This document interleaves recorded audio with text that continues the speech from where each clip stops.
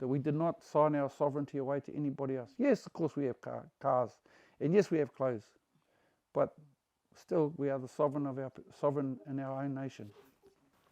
Each tribal nation in Aotearoa is an independent state. Ngāti Porou, Tūhourangi, Ngāi Tahu, Kai Tahu, Ngāi.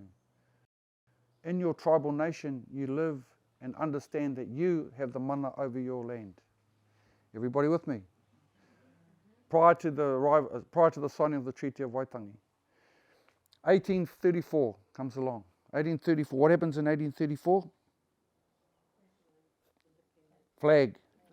The flag in the Taitokerau alone declares that we are sovereign. This is a sovereign nation. They declare it because they're in trade, and you cannot trade unless you have a flag which tells the world that you're a sovereign nation. Therefore, there's a declaration on behalf of our people that says we are a sovereign nation, whether you lived in the bush or otherwise. You are just simply reenacting what you already knew.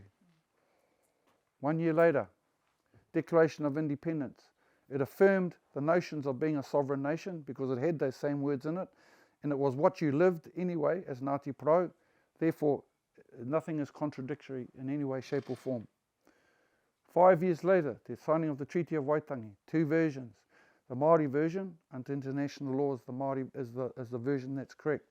It affirms what was said in the Treaty of Waitangi. It affirms the notion of sovereignty because of a flag. It affirms how you lived.